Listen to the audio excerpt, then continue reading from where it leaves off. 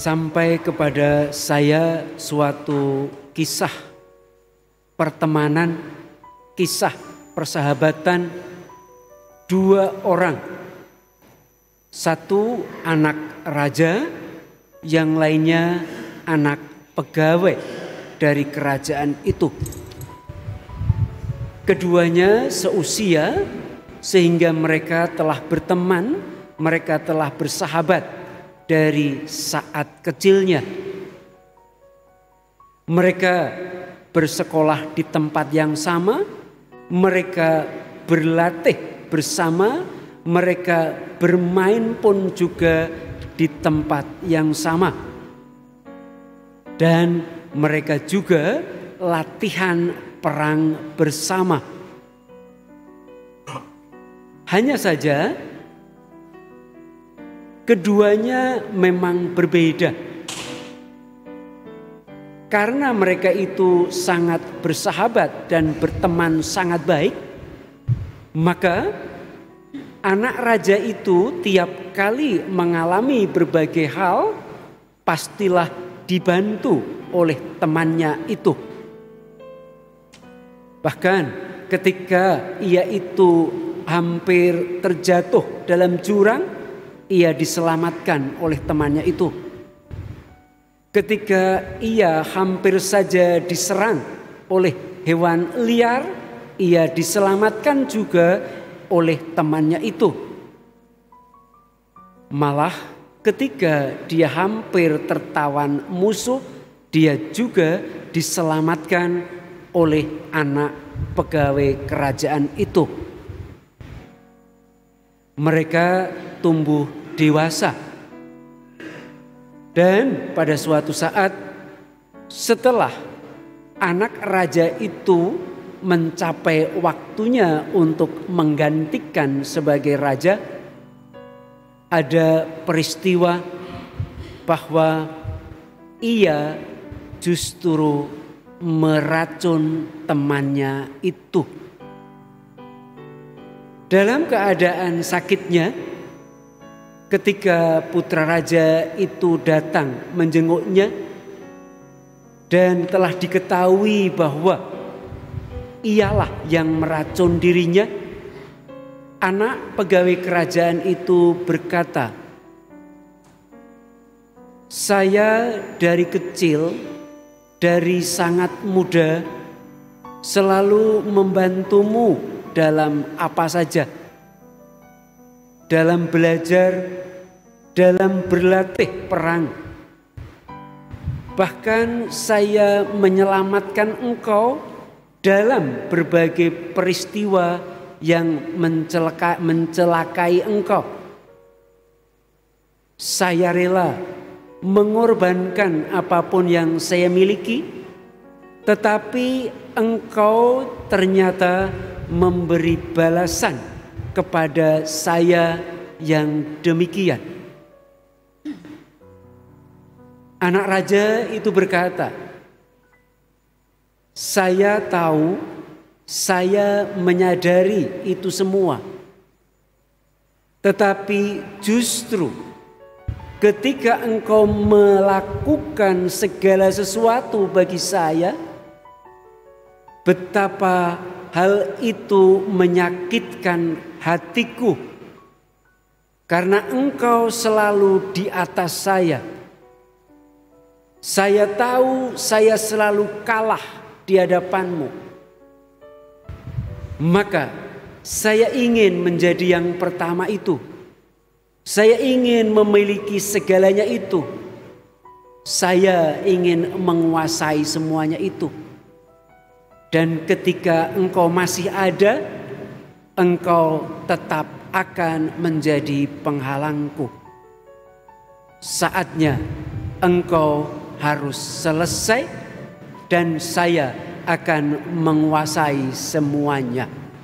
Dan saya tidak harus ada di bawah bayang-bayangmu."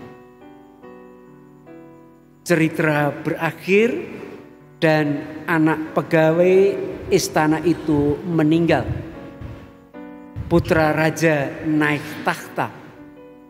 Tetapi apa yang terjadi? ternyata ia tetap gelisah dan resah. Bahkan ketakutannya semakin hari semakin keras. Karena ia selain merasa bersalah, ia juga tidak ada orang yang suatu saat kalau ia dalam kecelakaan tidak ada yang menyelamatkan lagi.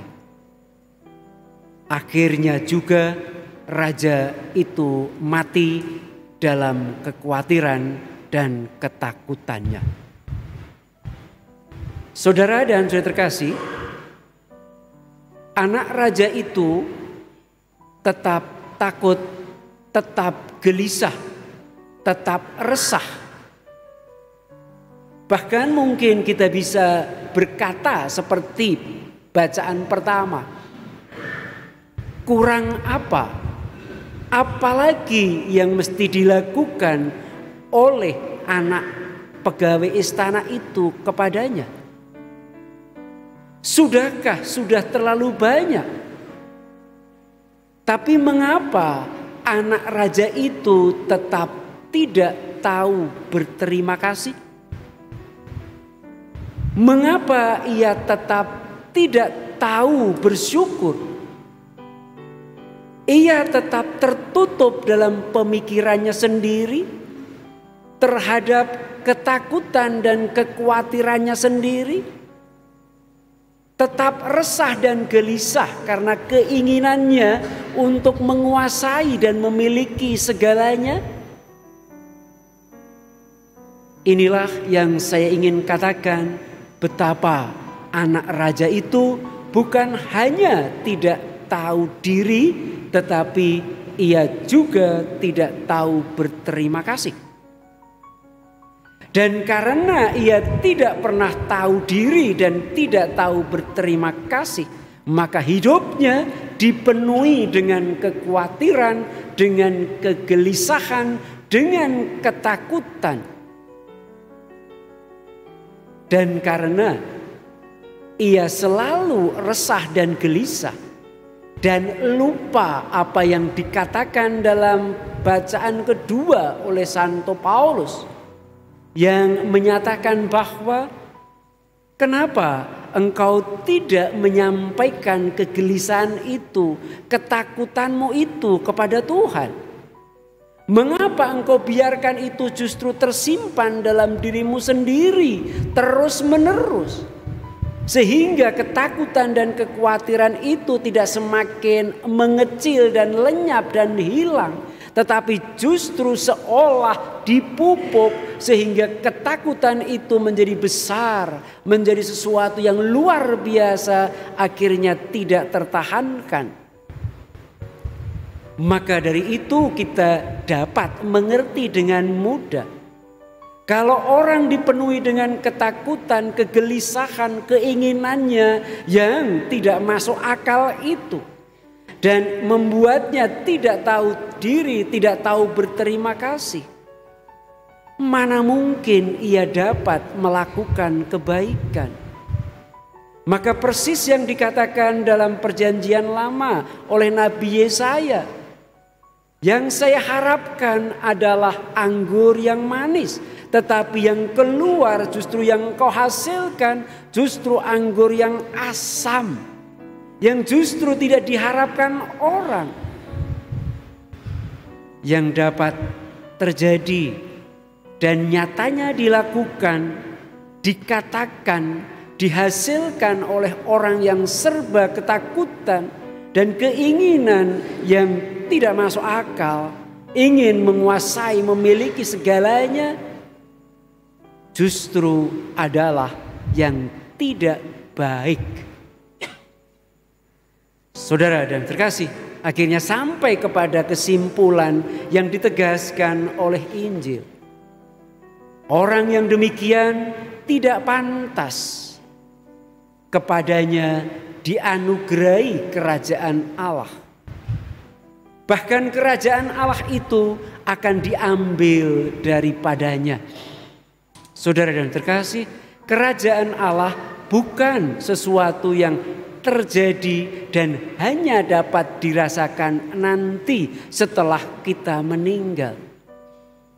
Doa-doa kita bahkan tiap hari kita nyatakan dalam doa Bapa kami, datanglah kerajaanmu.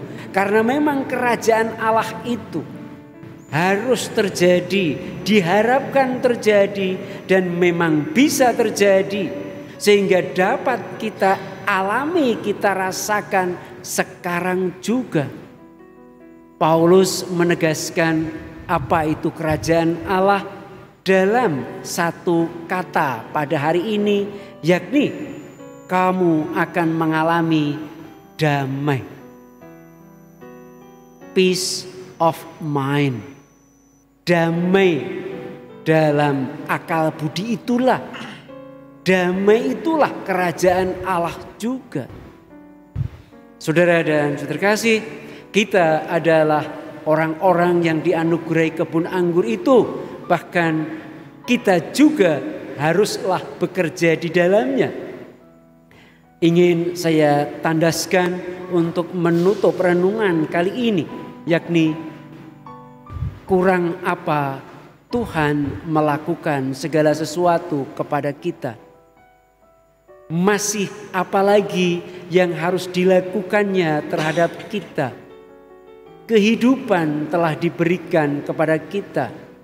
Kawan-kawan telah dianugerahkan kepada kita. Berbagai kemampuan telah ada pada kita. Memang banyak hal yang pantas dan harus kita pikirkan. Tetapi tidak usah harus digelisahkan, tidak usah harus dikhawatirkan.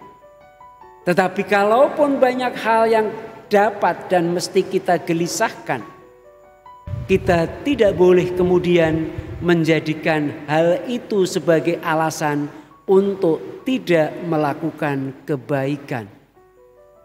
Kita tetap diharapkan untuk menghasilkan kata-kata, sikap, tindakan yang merupakan kebaikan itu. Karena hanya dengan demikian maka kita tidak akan kehilangan damai di hati itu. Kita tidak akan kehilangan kedamaian itu, yakni kerajaan Allah yang tiap kali kita doakan.